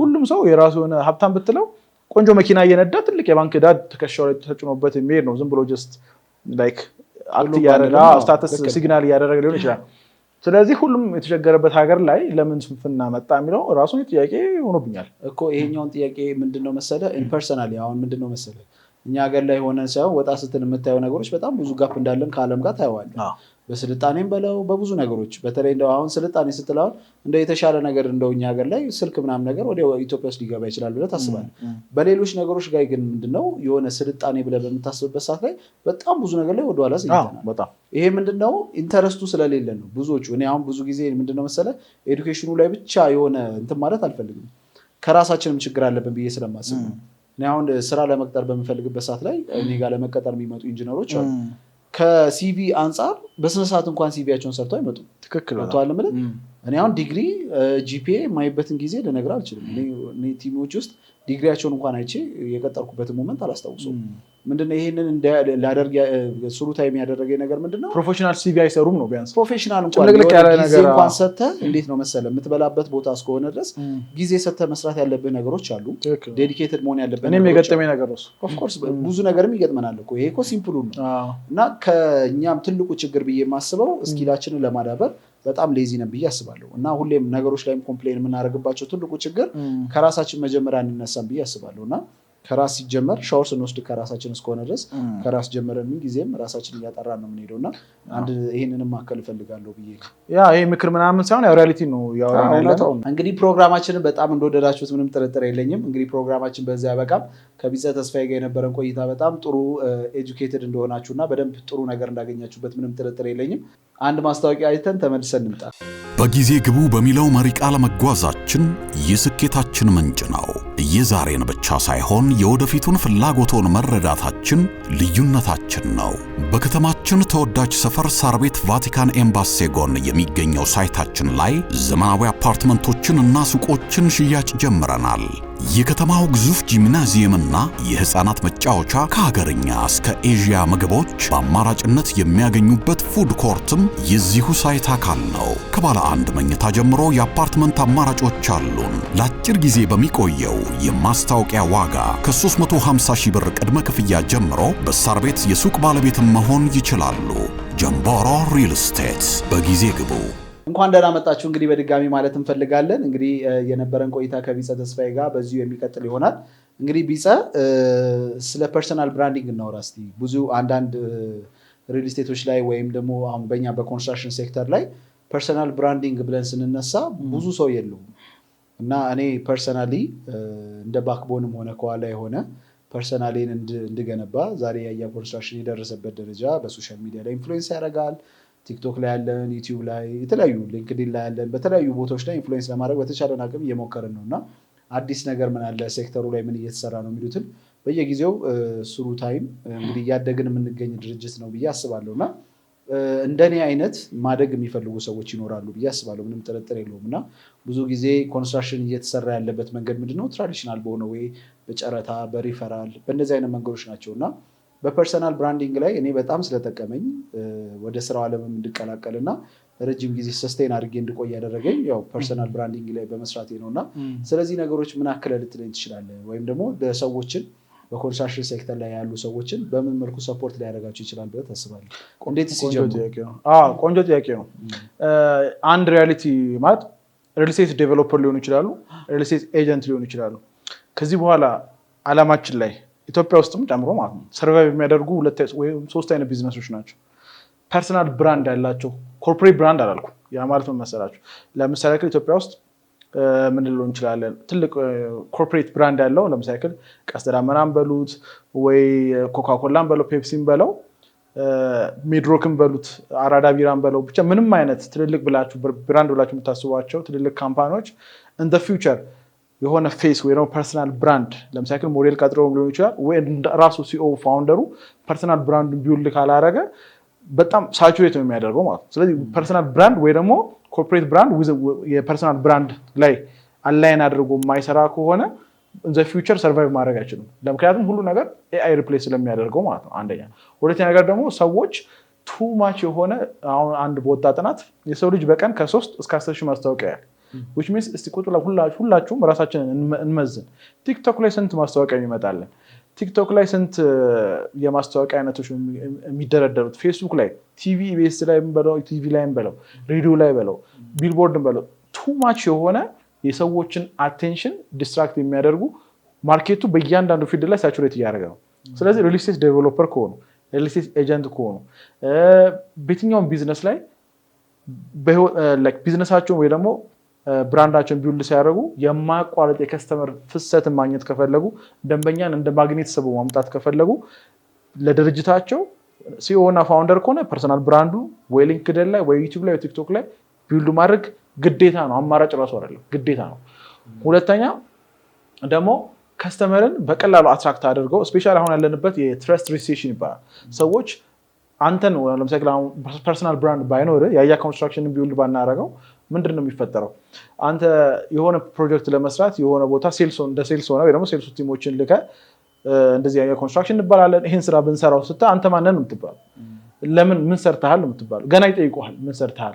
ግን አሁን አንተ እንደዚህ ዩቲዩብን ቢውልድ በማድረግ ቲክቶክን ቢውልድ በማድረግ ፌስቡክ ላይ ኢንስታግራም ላይ ሶሻል ሚዲያ ቻናሎችን ተጠቅመህ ፐርሰናል ብራንድ ቢውልድ በማድረግ ኦልሬዲ አንተ ጋር የሚደውለው ሰው ያሬድ ምንድን ነው ምን ሰርቷል ለምን ትረስት ላደርገው ትረስት የማደርግበት ምክንያቶች ምንድን ናቸው ብሎ ኦልሬዲ ከአንተ ጋር ጨርሶ ከአንተ ጋር ሊሰራ ወስኖ ነው የሚመጣው።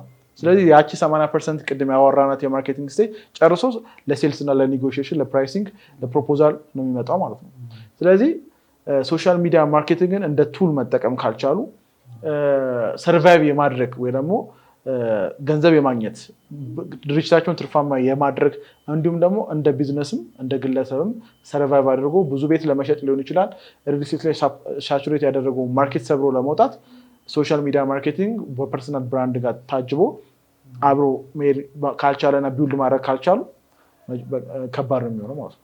እንደ ቲፕ ብዬ የማስበው በዚህ ልጠይቅ የምፈልገው ነገር ምንድነው መሰለ አሁን ከረንት ባለው በሶሻል ሚዲያ ማርኬቲንግ ላይ በምንሰራበት ሰዓት ላይ በፊት ሲሰሩ የነበሩት በሬዲዮ በቲቪ በተለያዩ አማካኞች እንትን ማስታወቂያ ሲሰራ ነበር እና አሁን ከረንት ደግሞ ያለው ቲክቶክ አለ ዩቲዩብ አለ የተለያዩ አይነት ሶሻል ሚዲያዎች አሉ ለህዝቡ ወይም ደግሞ በኮንስትራክሽን ሴክተር ላይ እና በሪል ስቴት ላይ የሚሰራ ሴልሶች ሊሆኑ ይችላሉ ሪል ስቴት ኦነሮች ሊሆኑ ይችላሉ ኮንስትራክሽን ካምፓኒ ላይ የሚንቀሳቀሱ ሰዎች ሊኖሩ ይችላሉ ይህንን ቪዲዮ የሚያዩ ማለት ነው እነሱ ምን ላይ ሞር ፎከስ አድርገው ቢሰሩ ሰጀስት አደርጋለሁ አሁን ትሬንድ ከሚያደርገው ማለት ነው 3 ነገር ላይ ኢንስታግራም ዩቲዩብ እና ቲክቶክ ላይ ፎከስ ማድረግ ምክንያቱም አንደኛ ኢንስታግራም እና ቲክቶክ ለብቻ ከፋፊ ላውራው ባይዞ አይ ቲንክ ዲስ ኢዝ ዘ ቤስት አድቫይስ ቢ አስባለሁ በደም ከሰሙ ማለት ነው ቲክቶክ አቴንሽን አለበት ነው ድሮ ወጣት ብቻ ነበር የሚጠቀምበት ሁሉም ኤጅ ግሩፕ ገብቷል የ50 ዓመት አጎት ዛሬ በትክክል ይጠቀማል ስለዚህ ሁሉም ኤጅ ግሩፕ ስላለ አቴንሽን ግራ የምታደርግበት ነው ቲክቶክ ማለት ነው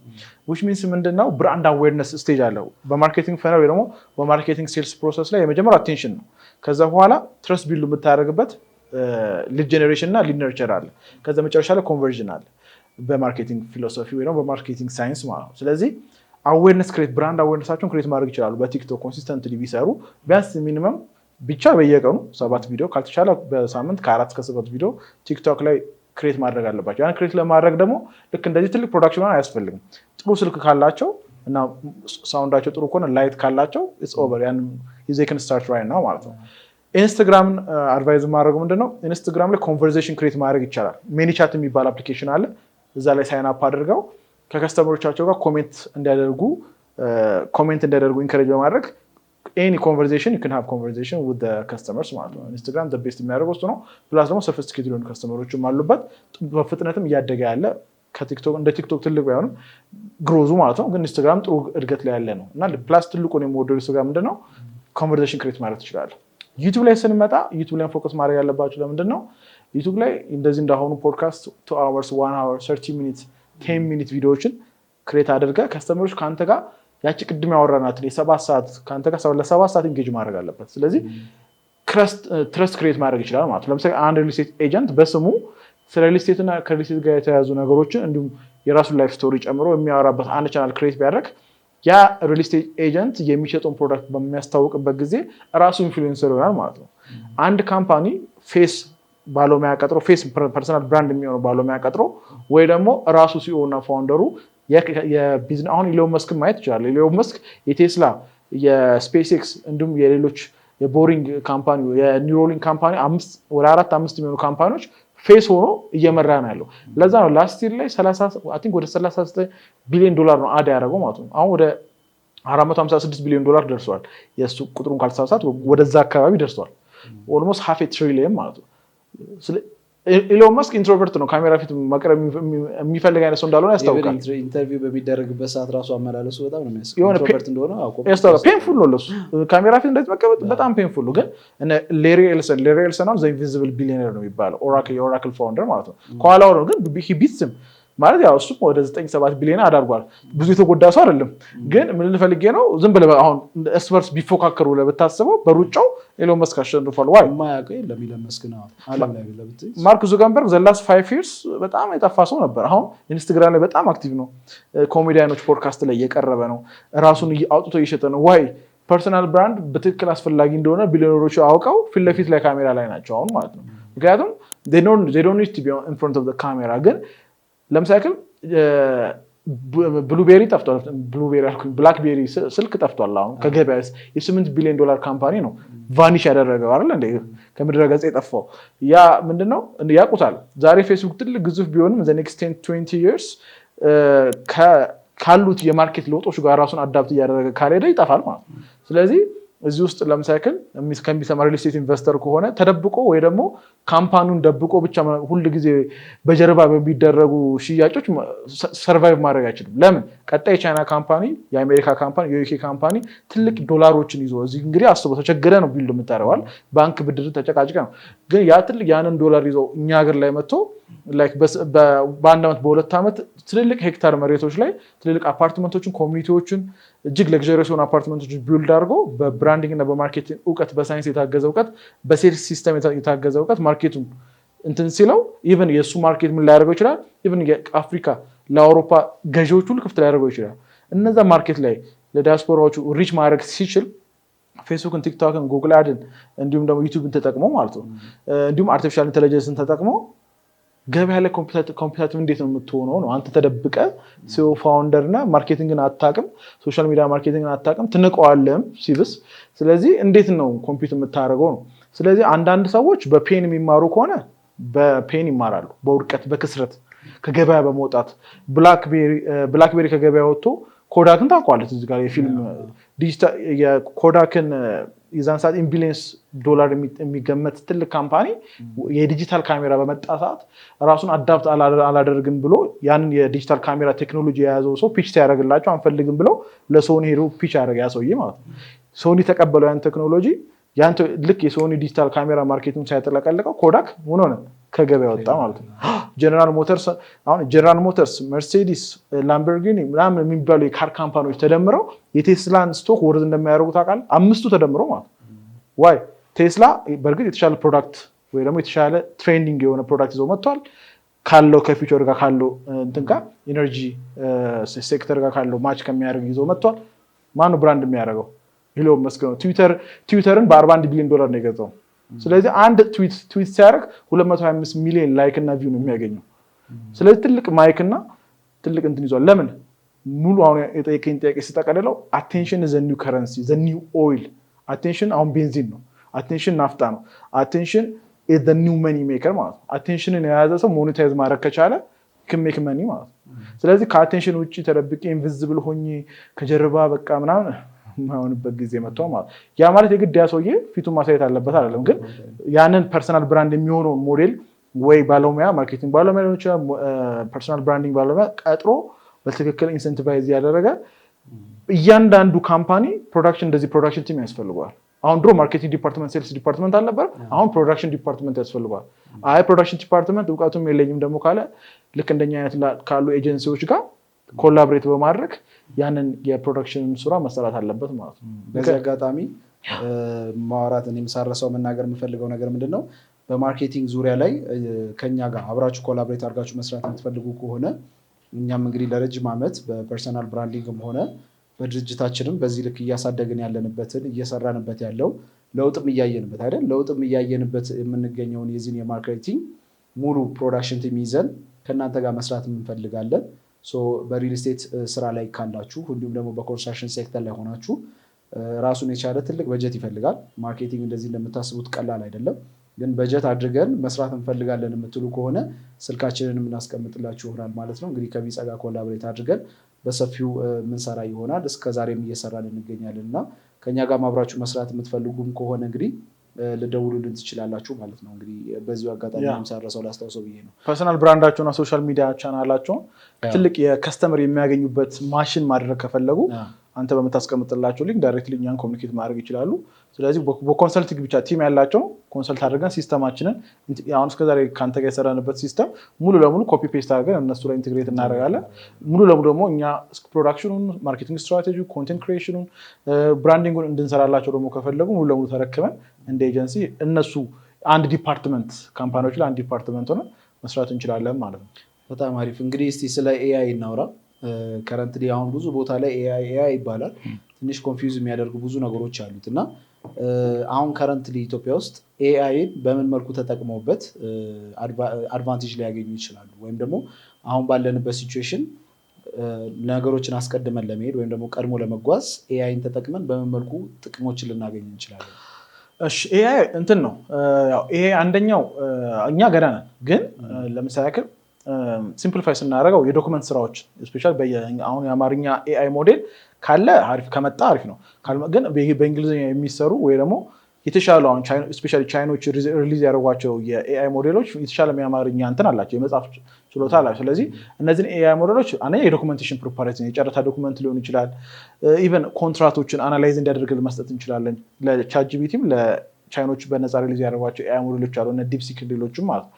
ስለዚህ አሁን ሳይክል ኮንትራክት ከመፈራረም በፊት ተሰጠውና ለቻትጂፒቲም በለው ለሌላም ኤአይ ተሰጠውና ይሄ ኮንትራክት ላይ ያለውን ኤኒ ጋፕ አውጥተህ ነክሰህ ንገረኝ ትለዋለህ። ልክ አውጥቶ ነክሶ ሲነግርህ ምን ትለዋለህ? በኢትዮጵያ ሕግ በዚህ አንቀጽና እንትን የወጣ ሕግ አለ ከዚህ ሕግ አንፃር ይሄንን ድጋሚ ሪቫይዝ አድርግልኝ ያልክ ኢቨን ኮንትራክትን ማኔጅ ማድረግ ትችላለህ። ከዛ ደግሞ ለምሳሌ ታክስ ሪፖርት ራሱ ታክስ ሪተርን ለቻትጂፒቲም ለሌሎች አይሰጣው ይሄ ታክስ ላይ በኢትዮጵያ ሕግ መሰረት ምን ጋፖች ይኖሩታል፣ ምን ነገሮችን ማየት አለብኝ፣ ኦዲተሬን ወይ ታክሲ ምን ልጠይቀው ብለህ ዶክመንቴሽን ፕሮፖዛሎች፣ ጨረታዎች እንዳልኩ ዶክመንቴሽን በደንብ መስራት ትችላለህ። ማርኬቲንግ ስትራቴጂ ማውጣት ትችላለህ። ሴልስ ስትራቴጂ ማውጣት ትችላለህ። ሶሻል ሚዲያ ማርኬቲንግ ላይ ያሉ የኮንቴንት ክሬሽኖችን ስክሪፕት ራይቲንግ ላይ መስራት ትችላለህ። ግን ጀነሪክ ነገር የምትሰራ ከሆነ ጀነሪክ ምን ይባላል? ፕሮምፕት ኢንጂነሪንግ ይባላል። ስለዚህ ኤአይን የምታወራበትን ቋንቋ ካላወቅ እኔም አንተ የምናወጣው ነገር ተመሳሳይ ሆንና በአንድ እጅ ማጨብጨብ ይሆናል። ስለዚህ እንደዛ እንዳይሆን ያው ፕሮምፕት ኢንጂነሪንግ እንዴት ፕሮምፕት ማድረግ ይችላል፣ እንዴት ማውራት ይችላል የሚለው ሌላ እሱ ነው ይችላል አንድ ሙያ ነው። ሌላ የምጨምረው ምንድነው ኤአይ አሁን ውጭ ሀገር የተሰራበት ያለው የኤአይ ሴልስ ኮል ማለት አሁን ለምሳሌ አንተ ካምፓኒ አንድ ሰው ከስተመር ሲደውል ስልክ የሚያነሳው ራሱ ኤአይ ይሆናል ማለት ነው። ስለዚህ የኮንስትራክሽን የደወላችሁት ምን ልታዘዝ ብሎ ሴልስ አሁን ዱባይ ላይ በጣም የተሰራበት አሜሪካ ውስጥ በጣም የተሰራ ሴልስ ኤጀንቶች አሉ፣ ከስተመር ኤጀንቶች አሉ። ከስተመር ሳፖርት ራሱ አሁን ኤአይ የሆነ ነው። ያው ትደውላለህ፣ ይሄ ችግር ገጠመኝ ሰው በደንብ ያስተናግዳል። በትክክል የሰው ቋንቋ ነው ያለው፣ ድምጻቸው በትክክል የሰው ቋንቋ ነው። ስለዚህ የማይደክሙ ማለት ነው። ያ ማለት የአንተ ከስተመር ሳፖርት ደክሟት 8 ሰዓት ላይ እንቅልፍ ቢወስዳት ወይ ደግሞ ወደ ቤቷ ብትሄድ ለሊት 7 ሰዓት ለደወለ ከስተመር ይስተናገዳል ማለት ነው። ስለዚህ ሴልስ ኤጀንቶች ከስተመር ኤጀንትን ጨምሮ ኤአይ እየተሰራ ነው። ፕሮዳክት ዴቨሎፕመንት ልትለው ትችላለህ፣ ሶፍትዌር ዴቨሎፕመንት ልትለው ትችላለህ፣ ፕሮጀክት ማኔጅመንት፣ ሁሉ ነገር ኤአይ አውቶሜት የተደረገ ነው። ኮንስትራክሽን ራሱ አሁን በጀቲንግ የኮንስትራክሽን እንዳለ የፕሮጀክት ማኔጅመንቱ ራሱ በኤአይ አውቶሜት ይደረጋል ማለት። ስለዚህ ለዚህ ሁሉ ነገሮች ሪሰርች አድርገው መጠቀም ትችላለህ። ኤአይ ኢዝ ዘ ፊውቸር ማለት ነው። ምን ኤክስፔክት እናድርገው? ኢን ዘ ኔክስት 5 years ነን። ምን ኤክስፔክት እናድርግ? በኮንስትራክሽኑ ልትችላለህ፣ በማርኬቲንጉ በሴልሱም ልትለው ትችላለህ እና ምን ኤክስፔክት ብናደርግ ጥሩ ነው ብለህ ታስባለህ? ወይም ደግሞ ሰዎች ሊጠቀሙበት ይገባል ብለህ የምታስባቸውን ቲፖች ያው ፕሮግራሙ ከመዝጋታችን ቲፕ ምንም ቲፕ የሚባል ነገር ሳይሆን ያለው እኔ ጋር ማይንድ ሴት ነው፣ ኪሮሲቲ ማለት ነው። ምን አዳዲስ ነገር አለ ብሎ ጉግልን ሰርች ማድረግ፣ ዩቲዩብ ላይ ማየት። ስለዚህ ኢን ዘ ፊውቸር ኤአይ ዊል ቢ ገና አልተጀመረም፣ ግን ኤርሊ ስቴጅ ላይ ኤአይን በደንብ መከታተል እና እንደ አንድ ኮንስትራክሽን ሪል ስቴት ዴቨሎፐር ኤአይን የቱ ጋር ልጠቀምበት እችላለሁ? ስገነባ ነው፣ ሳቅድ ነው፣ ድርጅት ሰራተኞች ስመራ ነው፣ ፕሮጀክት ማኔጅ ሳያደርግ ነው፣ በጀት ሳያደርግ ነው፣ ገብቷል፣ ስሸጥ ነው፣ ማርኬቲንጉ ላይ ነው የሚለው ሪሰርች ማድረግ። ኤአይ ዘ ፊውቸር። ስለዚህ ሶሻል ሚዲያ ማርኬቲንግ ሰዎች እንዲረዱት የምፈልገው ነገር ምንድነው? ኢትስ ማርኬቲንግ። ስለዚህ ቻናሎች ቲክቶክ አውትዴትድ፣ አሁን ፌስቡክ አውትዴትድ ኦልሞስት እየሆነ ነው። ስቲል እጠቀማለሁ ግን አውትዴትድ እየሆነ እንደሆነ ሁሉ ቀጣዩ ከቲክቶክ ውጭ ደግሞ ሌላ ሚዲያ ቻናል ነው በቃ። ስለዚህ ቀጣይ ደግሞ የተሻለ ሚዲያ ቻናል ሲመጣ የማርኬቲንግ እውቀት ካላቸው ሁል ጊዜ ያንን ቻናል ተጠቅሞ ሞኔታይዝ ማድረግ፣ ወደ ገንዘብ መቀየር፣ ወደ ደንበኛ መቀየር፣ ወደ ብራንድ መቀየር ይችላሉ። ስለዚህ ፊውቸር ላይ አሁኑ ሶሻል ሚዲያ ማርኬቲንግ ላይ መበርታት፣ ሶሻል ሚዲያ ማርኬቲንግ ላይ እንደ ሚዲያ ካምፓኒ መንቀሳቀስ። በቃ እኛ ኢቢኤስ ነን ብሎ ማሰብ። አንድ የሪል ስቴት ድርጅት ኢቢኤስ መሆን ይችላል። ይህንን እኮ ቀስተ ዳመና አሳይቷል።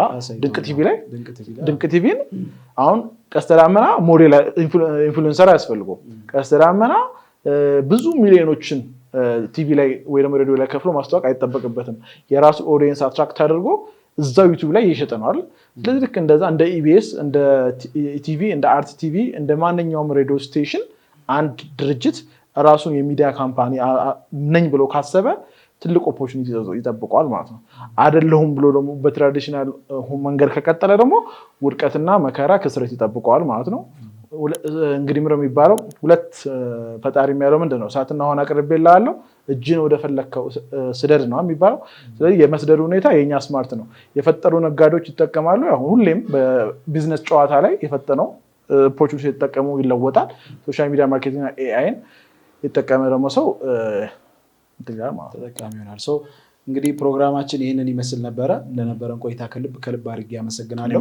እንግዲህ ቢጸ ተስፋዬን በዚህ ፕሮግራም ብቻ አይደለም እሱን ዲቴል ማግኘት የምትፈልጉም ከሆነ ዩቲዩብ ቻናልም ቲክቶክም አለው። ቢጸ ተስፋዬ ብላችሁ ሰርች ብታረጉ ብዙ የተለያዩ እንዴት ገንዘብ ሜክ ማድረግ ትችላላችሁ በማርኬቲንግን በተለያዩ አይነት ሜቶዶች አይደል በተለያዩ አይነት ሜቶዶች ተጠቅማችሁ መኒ ሜክ የምታደርጉበትን እና የተለያዩ ስትራቴጂዎችን የምትጠቀሙበትን ዲቴል የሆኑ ቪዲዮዎች ዩቲዩብ ላይ ስላለ እዛ ላይም ገብታችሁ ማየት ትችላላችሁ ማለት ነው። የእሱንም ሊንኩን ከስር ማስቀምጥላችሁ ይሆናል። እንግዲህ ለነበረን ቆይታ ከልብ አድርጌ ያመሰግናለሁ።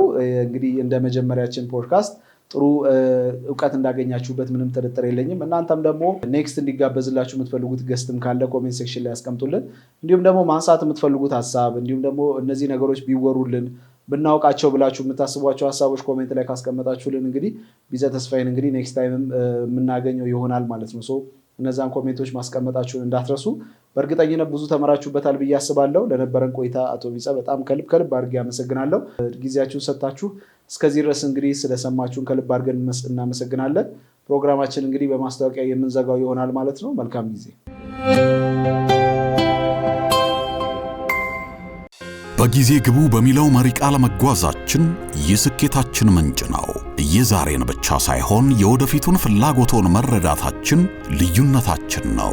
በከተማችን ተወዳጅ ሰፈር ሳር ቤት ቫቲካን ኤምባሲ ጎን የሚገኘው ሳይታችን ላይ ዘመናዊ አፓርትመንቶችን እና ሱቆችን ሽያጭ ጀምረናል።